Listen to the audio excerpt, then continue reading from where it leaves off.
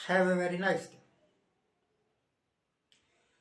मोटी मोटी 3 बातें मेरे दिमाग में हैं। उन बातों के आधार पर मैं अपने आप से एक सवाल पूछता हूं कि क्या मेरा हिंदुस्तान, जब तक मैं जिंदा हूं तब तक मेरा ही है ना, मेरा हिंदुस्तान सुरक्षित हाथों में है? जैसे बीजेपी वाले 2019 और 2014 में कहा करते थे कि मोदी होगा तो भारत सुरक्षित हाथों में होगा, जैसे इनके पहले सुरक्षित हाथों में था ही नहीं।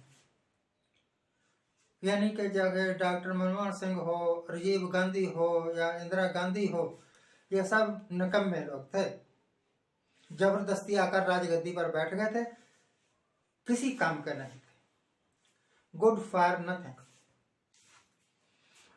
पहली बात जो मेरे दिमाग में है वो ये है कि समुद्र में हमारा एक हिंदुस्तानी जहाज आ रहा था, उसके ऊपर ड्रोन से हमला किया गया। कहते हैं कि जहाज सुरक्षित है। सुरक्षित ही होगा जब सरकार खबर दे रही है, तो झूठ क्यों बोलेंगी सरकार? झूठ बोलने का कोई ना कोई कारण होना चाहिए ना, तब तो बोल लें। अगर मित्रता खतरे में पड़ती हो और हम कह दें कि नहीं है, हिंदुस्तान में कोई नहीं घुसा है, तब तो बात जायज लगती है। अब कोई मित्रता तो खतरे में नहीं पड़ रही, इस करके बता रहे हैं कि जो जहाज है वो सुरक्षित है। हमला जरूर हुआ था ड्रोन से, और कहते हैं कि हूती के उग्रवादियों ने किया था।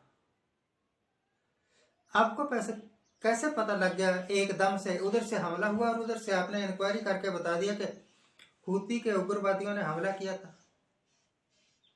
इसका मतलब कि आपकी इंटेलिजेंस बड़ी जबरदस्त है, very strong, and I should be proud of it. मुझे इस पर गर्व होना चाहिए। फ्रांस में हमारा एक हिंदुस्तानी जहाज फंसा हुआ है, फ्रांस की सरकार ने रोका हुआ है उसे। उसमें से 313 के लगभग हिंदुस्तानियों को आज रिहा कर देगी फ्रांस की सरकार, अपनी कागजी कार्रवाई पूरी करने के बाद, कानूनी कागजी पूरी करने के बाद। पता है वो क्यों पकड़े गए हैं? वो इलीगल तरीके से किसी दूसरे देश में जाना चाहते थे, या वो सारे ह्यूमन ट्रैफिकिंग का शिकार है। यहां तो आपकी इंटेलिजेंस फेल हो गई। आपको पता ही नहीं लगा कि हिंदुस्तान के लोग हिंदुस्तान से बाहर जहाज भर भर के जा रहे हैं, और वो भी स्मगल हो गए। ह्यूमन ट्रैफिकिंग का मतलब है इंसानों की स्मगलिंग करना।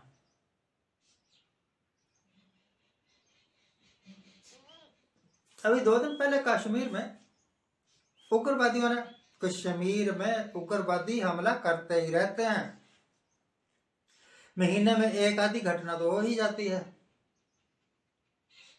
और जब भी वो आते हैं तो 2-4 मार के ही जाते हैं। तो इस बार हमारे सैनिक मारे गए हैं, और आज पता लगा मुझे कि सेना प्रमुख वहां जा रहे हैं इंक्वायरी करने के लिए। डिफेंस मिनिस्टर वहां जा रहे हैं, जम्मू में जाएंगे, वैसे वहां तक तो नहीं जाएंगे, आगे खतरा है ना। कोई डिफेंस मिनिस्टर अपनी जान खतरे में क्यों डाले भाई? जाएंगे वहां इंक्वायरी करने के लिए और दिलासा देने के लिए सैनिकों को। अगर हिंदुस्तान के सरहद के अंदर ही आपके सैनिकों पर हमले हो रहे हैं,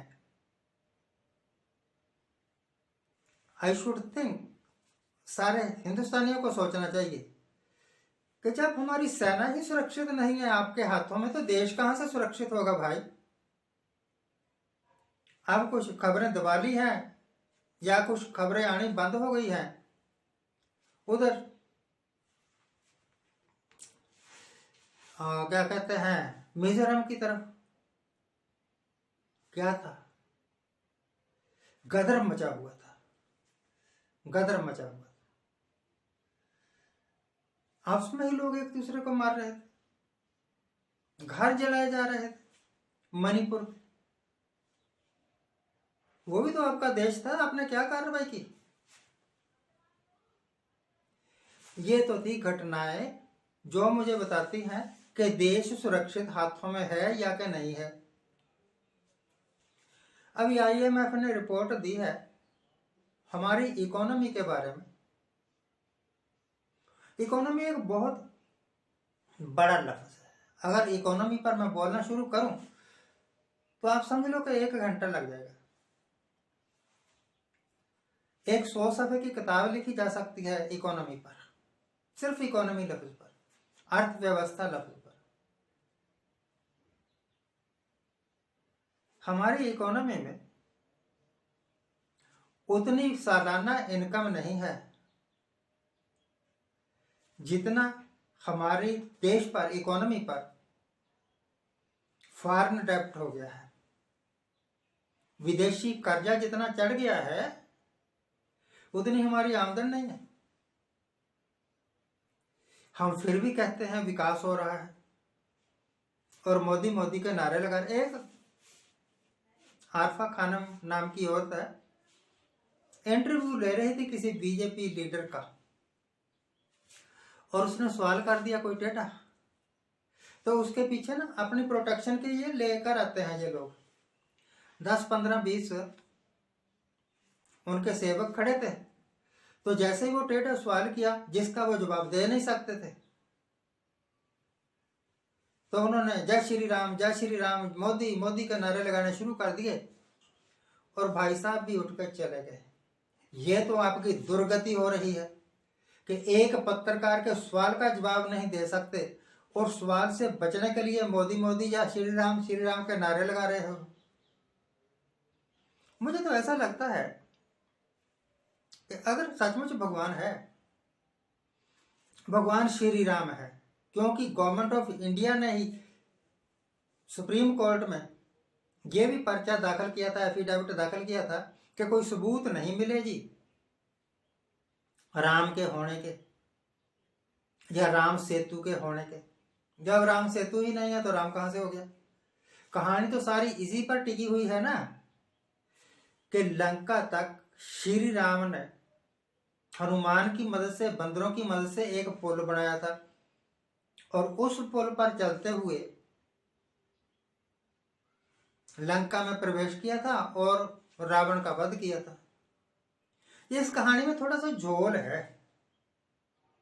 एक तरफ तो आप कहते हो कि उन दिनों में उड़न खटोले चला करते थे, तो श्री रामचंद्र उड़न खटोले में बैठ के क्यों नहीं चले गए थे श्रीलंका में सीता जी को लाने के लिए? और दूसरी तरफ कहते हो कि पुल बना के गए थे, तो इसका मतलब उड़न खटोले वाली बात झूठी है। कह रहा नहीं भाई, मुझे क्या, राम जो मेरा राम है तो उसके बारे में तो हमें बताया गया कि घट घट में हर जू बसे। वो चाहे उसको हरि कह लो, चाहे उसको राम कह लो, वो तो हर एक शरीर में, हर एक घट में बसा हुआ है। कण कण में भगवान है। अगर ये सारी बातें सच हैं तो राम का वजूद बनाया नहीं जा सकता। एक मूर्ति बना के पत्थर की, उसमें प्राण नहीं फूके जा सकते। और ये कह रहे हैं कि मोदी साहब 22 जनवरी को राम की प्राण प्रतिष्ठा करेंगे। तो जो आदमी राम की प्राण प्रतिष्ठा कर रहा है वो बड़ा हुआ, या जिसके अंदर प्राण जा रहे हैं वो बड़ा हुआ? क्रिएटर ही बड़ा होगा, क्रिएटेड थोड़ा बड़ा होगा। तो बड़ा कंफ्यूज सा है सिस्टम, मुझे तो समझ नहीं आया। खैर नहीं वे,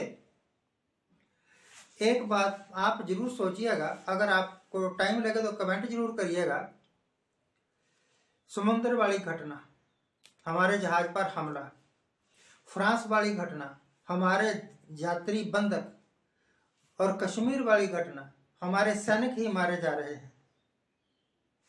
क्या देश सुरक्षित हाथों में है? और चौथी, IMF की रिपोर्ट कि आपका देश कर्जे में डूब चुका है।